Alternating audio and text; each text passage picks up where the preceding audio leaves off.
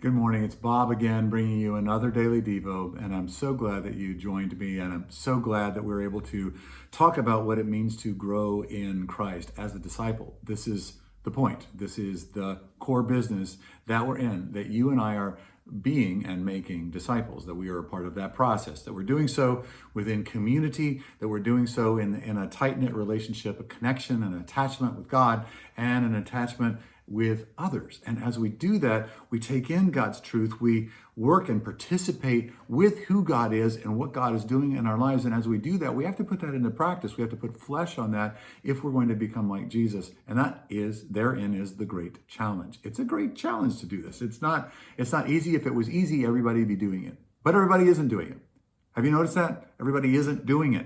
That it is actually the tough work of a disciple of being able to stick with it and to push forward and to put into practice the things that God is doing in your and my life. So as we do this, we talked about this idea of looking back to say, hey, what commitments have I made and how am I doing with that? What kind of progress am I making? We look outward in terms of sharing our faith, in terms of participating in justice and healing and forgiving and reconciling and mission and all of those different things. We minister to the poor and to the needy. We look inward. God, what are you doing? What are you saying? And how do you want to change me? And then we look around at the relationships that God has put in our lives, that we're husbands and wives and parents and grandparents and employers and employees and neighbors and family members and students and fellow students and teachers and all those different things. And in those relationships, we have different ways that we interact, that we represent God and his love, and that we are representatives of that love. And I encourage you to call people and to actually check in with them. Well, the last thing I want to talk about just in terms of expressing these things is that we look back, we look out, we look inward, we look around, we look up.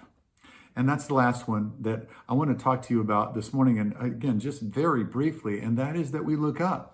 That as God shows us these things, as God calls us to apply these things, as we notice things that God is doing and God is calling us into, that we look up with thanks and with praise and with adoration and astonishment and joy. And as we look up, we see that the face of the Lord, full of joy and delight in us, it shines into our hearts. And as God's face shines into the human heart, there's something that lights up in us, that we're intended to look up and to be lit up by the face of delight that God sees in you. May the light of your presence, it's actually not presence, it's the light of your face shine upon us. That's an Old Testament blessing that is given over and over and over again. Jesus prays that we would be full of joy. That joy is in the face of God, in the one who delights in you. Now, you've heard me talk about my granddaughter, Naomi, over and over again, but it looks like this. Every time that my phone rings and it's either Daniel or Amelia, I know that the first person that I see on the other side of my phone in video chat is going to be my granddaughter, Naomi. And I'm just like, Naomi! I am just thrilled to see her.